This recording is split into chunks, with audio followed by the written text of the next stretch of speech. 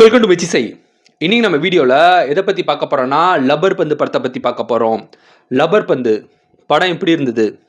படம் பார்த்தீங்கன்னா ஸ்டார்டிங்கில் இருந்து முடிவு வரைக்கும் எங்கேயுமே தோய்வு இல்லாமல் ரொம்பவே சுவாரஸ்யமாக இந்த படம் போச்சு. இந்த படம் பார்த்தீங்கன்னா ஒரு sports drama, family drama film சொல்லலாம். ஒரு ஸ்போர்ட்ஸ் ஃபேமிலி ட்ராமா ஃபிலிமாக இந்த படத்தை சொல்லலாம். இந்த படம் கிரிக்கெட் பேஸ் பண்ண ஒரு படம் அப்படிங்கிறது நம்ம இந்த படத்தோட டைட்டில் பார்த்தாலே தெரியுது.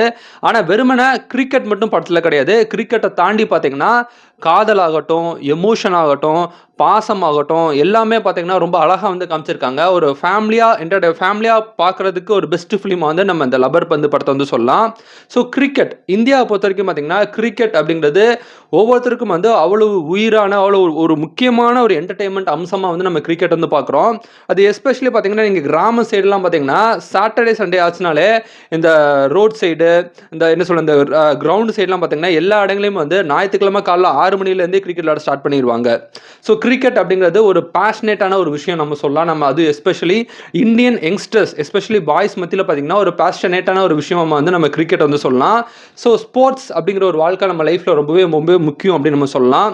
ஸோ எப்போவுமே ஒரு மெக்கானிக்கல் லைஃப் வாழ்ந்துட்டு இருக்கோம் இல்லையா? சும்மா கம்பெனி போகிறோம், மாத சம்பளம் பார்க்குறோம் அப்படின்னு இல்லாமல் வாழ்க்கையில் ஒரு வெற்றி தோல்வி அப்படிங்கிற ஒரு விஷயம் மனுஷனுக்கு ரொம்பவே முக்கியம். ஒரு வெற்றி கிடைக்கும் போது ஒரு எக்ஸைட்மெண்ட்டான ஒரு சந்தோஷம் கிடைக்கும், தோல்வி கிடைக்கும் போது வருத்தம் கிடைக்கும். இந்த மாதிரியான வெற்றி தோல்வி விஷயம் கேமில் மட்டும் தான் வரும். ஸோ நம்ம இந்தியாவில் எஸ்பெஷலி கிரிக்கெட் ஃபேமஸாக இருக்கிறதுனால ஸோ கிரிக்கெட் அப்படிங்கிறது ரொம்பவே பேஷனேட்டான ஒரு விஷயமா நம்ம இந்தியன் யங்ஸ்டர்ஸ் மத்தியில் இருக்குது. இந்தியன் யங்ஸ்டர்ஸ் மட்டும் இல்லை, இந்தியாவில் உள்ள இப்போ வயசான பசங்கள்லேருந்து ரொம்ப வயசான ஒரு ஆளுங்க முதற்கொண்டு எல்லாருக்குமே பார்த்தீங்கன்னா கிரிக்கெட் ஒரு பேஷனேட்டான ஒரு விஷயம் சொல்லலாம். ஓகே, ஸோ கிரிக்கெட் ரசிகர்களுக்கு பார்க்கக்கூடிய ஒரு முக்கியமான ஒரு படமாக லப்பர் பந்து சொல்லலாம். ஆனால் கிரிக்கெட் ரசிகர்களுக்கு மட்டும் இல்லாமல் ஒரு என்டையரான ஒரு ஃபேமிலி ட்ராமா, ஸோ எல்லாமே ஃபேமிலியாக போய் என்ஜாய் பண்ணக்கூடிய ஒரு படமாகவும் நம்ம லப்பர் பந்து படத்தை சொல்லலாம். இந்த படத்தோட கதை என்னன்னு பார்த்தீங்கன்னா, ஸோ கெத்து தினேஷ் அப்படின்னு ஒருத்தர் இருக்காரு. ஸோ அவர் கிராமங்களில் பார்த்தீங்கன்னா ரொம்பவே ஒரு ஃபேமஸான ஒரு கிரிக்கெட்டரு. ஸோ பயங்கரமாக பேட்டிங் பண்ணுவார். ரொம்ப ஒரு என்ன சொல்கிறது, அவர் ஒரு பெஸ்ட் பேட்ஸ்மேன் அப்படின்னு நம்ம சொல்லலாம். ஒரு பெஸ்ட் லெக் சைட் பேட்ஸ்மேன் அப்படின்னு அவர் கெத்து தினேஷ் சொல்லலாம். ஸோ அவருக்கு பார்த்தீங்கன்னா விஜயகாந்தோட தீவிர ரசிகனாக அவர் இருக்காரு. அவர் வீட்டில் முதற்கொண்டு பார்த்தீங்கன்னா விஜயகாந்தோட அந்த படம் அதெல்லாம் வரைஞ்சி வச்சிருக்காங்க. நான் அந்த விஜயகாந்தோட ஒரு தீவிர ரசிகனாக இருக்காரு. அதனால் அவர் எப்போல்லாம் கிரவுண்டுக்கு வராரோ அப்போல்லாம் பார்த்தீங்கன்னா பொட்டு வச்ச மந்த கூடம் அப்படின்னு அந்த விஜயகாந்தோட அந்த பாட்டை போட்டு தான் அப்படியே என்ட்ரி ஆகிறாரு. ஸோ அவர் ரொம்ப வயசில் ரொம்ப வருஷமாகவே கிரிக்கெட் விளையாடுவார். ஸோ கிரிக்கெட் விளையாடுறது அவரோட பொண்டாட்டிக்கு பிடிக்காது. ஏன்னா இவர் எப்படின்னா வேலை விட்டுக்கே போகாமல் கிரிக்கெட் கிரவுண்டில் போய் கிரிக்கெட் விளையாடுவார். அந்தளவு ஒரு கிரிக்கெட்டோட பைத்தியம் சொல்லலாம். ஆனால் அவர் பொண்டாட்டி பார்த்தீங்கன்னா இவர் கிரிக்கெட் விளையாடுறது சுத்தமாக பிடிக்காது.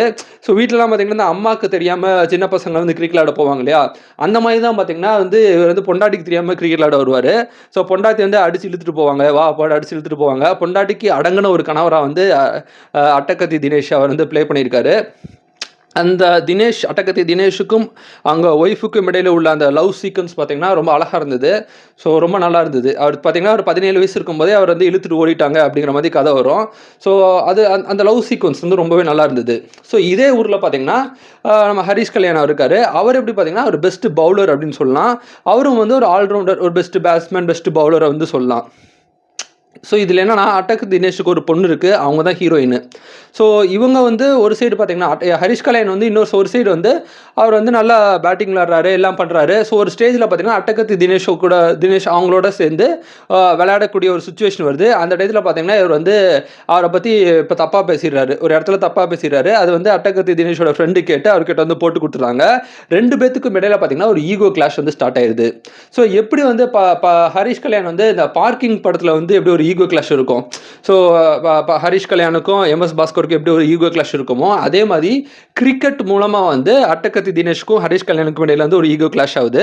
ஸோ ஈகோ கிளாஷ் ஆகிறதுனால அவங்க என்னெல்லாம் நடக்குது அப்படிங்கிறத காமிச்சிருக்காங்க. ஸோ அவர் பார்த்தீங்கன்னா அவர் அந்த பையனை அவருக்கு பிடிக்காம போயிடுது. So first impression is the best impression சொல்லுவாங்க. முதல்ல நம்ம ஒருத்தர் எப்படி பார்க்குறோமோ அப்படி தான் அவங்க மனசில் பதிஞ்சிருவாங்க.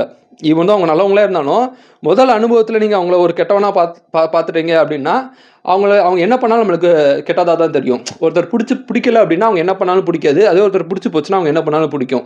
ஸோ அந்த மாதிரி சுச்சுவேஷன் கிரியேட் ஆயிடுது. ஸோ அவங்க ரெண்டு பேத்துக்கு இடையில ஒரு ஈகோ கிளாஷ் ஸ்டார்ட் ஆகுது. அதுக்கப்புறம் ஃபைனலாக அந்த கிரிக்கெட் மூலமாகவே 2 பேரும் திரும்பி ஒன்று சேர்றாங்க.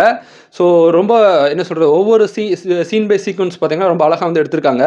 ஸோ அந்த ஹரிஷ் கல்யாணுக்கும் அவங்க லவ்வருக்கும் இடையில் அந்த சீக்வன்ஸ் ஆகட்டும், அந்த லவ் சீக்வன்ஸ் ஆகட்டும், இந்த என்னது அட்டகத்தி தினேஷுக்கும் அவங்க பொண்ணுக்கும் இடையில் உள்ள அந்த அப்பா பொண்ணு பாசமாகட்டும், ஈவன் அவங்க மாமியார் மருமகள் அந்த சீக்வன்ஸ் ஆகட்டும், ஹரிஷ் கல்யாணுக்கும் அவங்க அம்மா அப்பா அவங்களுக்கு இடையில் உள்ள அந்த லவ் சீக்வன்ஸ், சாரி அந்த எமோஷனல் சீக்வன்ஸ் என்ன சொல்கிற அந்த பாசமாகட்டும், எல்லாமே பார்த்தீங்கன்னா அவ்வளோ நல்லா வந்து ஒர்க் அவுட் ஆயிருக்கு அப்படின்னு நம்ம சொல்லலாம். எஸ்பெஷலி அவங்க வீட்டில் பார்த்தீங்கன்னா அது ஃபுல்லாகவே வந்து சென்னை சூப்பர் கிங்ஸ் மாதிரி ஃபுல்லாக பெயிண்ட் அடிச்சு வச்சிருப்பாரு.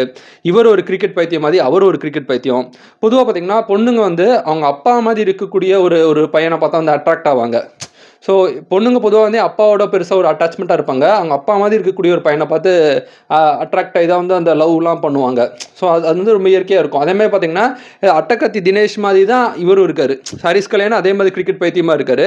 ஸோ அதனால் இவங்க 2 பேரும் அதனால தான் நான் லவ்வே பண்ணேன் அப்படின்னு மாதிரி ஹீரோயின் வந்து சொல்லுவாங்க. ஸோ ஃபைனலாக வந்து ஃபைனல் சீக்வன்ஸில் கிளைமேக்ஸில் வந்து ரொம்ப நல்லா எடுத்திருக்காங்க.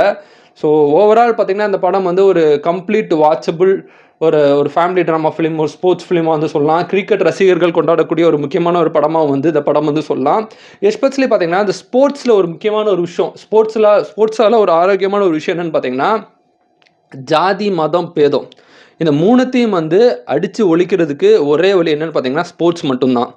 ஸோ ஹரிஷ் கல்யாண் பார்த்தீங்கன்னா ஆரம்பத்தில் வந்து ஒரு ஜானி பாய்ஸ் சம்திங் ஒரு டீமில் போய் வந்து சேரணும்னு ஆசைப்படுவார். ஆனால் இவர் வந்து ஒரு லோ காஸ்ட்டு, ஸோ லோ காஸ்ட்டாக இருக்கிறதுனால வந்து அந்த ஜாலி பாய்ஸ் டீம் வந்து இவர் வந்து சேர்த்துக்க மாட்டாங்க.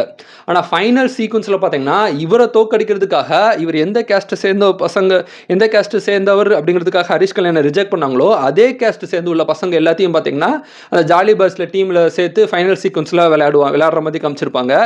ஸோ விளையாட்டுக்கு முக்கியம் திறமை மட்டும்தானே தவிர ஜாதி மதம் அதெல்லாம் எதுவுமே கிடையாது. ஸோ விளையாட்டு அப்படிங்கிறது பார்த்தீங்கன்னா ஸ்போர்ட்ஸ் அப்படிங்கிற ஒரு விஷயம் தான் வந்து எதையுமே பார்க்காது, திறமையை மட்டும்தான் பார்க்கும் அப்படிங்கிற ஒரு விஷயத்த ரொம்ப ஆணித்தனமாக வந்து காமிச்சிருக்காங்க அப்படின்னு நம்ம சொல்லலாம். ஸோ சினிமா, எஸ்பெஷலி சினிமாவும் அப்படி தான் சொல்லலாம். ஸோ சினிமாவும் பார்த்திங்கன்னா திறமை மட்டும்தான். ஸோ திறமை மட்டும்தான் வந்து சினிமாவை வந்து தூக்கி பிடிக்கும். ஸோ சினிமா தான் வந்து நம்மளுக்கு பார்த்திங்கன்னா எந்த ஜாதி மதம் பேதம் எதுவுமே இல்லாமல் எல்லாத்தையும் ஒரே சீட்டில் தியேட்டருக்கு முன்னாடியே வந்து உட்கார வச்சு வந்து காமிக்குது. ஸோ இந்த மாதிரி விஷயங்கள் வந்து சினிமா மூலமாக சொல்கிறது வந்து ரொம்பவே ஒரு ஆரோக்கியமான ஒரு விஷயமாக வந்து நம்ம சொல்லலாம். ஸோ ஓவரால் இந்த படம் வந்து ஒரு கம்ப்ளீட்டாக ஒரு வாட்சபிளான ஒரு ஃபேமிலி ட்ராமா ஸ்போர்ட்ஸ் ஃபிலிம் வந்து நம்ம இந்த படம் வந்து சொல்லலாம். இந்த படம் பார்க்கலன்னா கண்டிப்பாக பாருங்கள். ஸோ இந்த வீடியோ உங்களுக்கு பிடிச்சா லைக் பண்ணுங்கள், ஷேர் பண்ணுங்கள், முயற்சி செய்கி சப்ஸ்கிரைப் பண்ணுங்கள். தேங்க்யூ.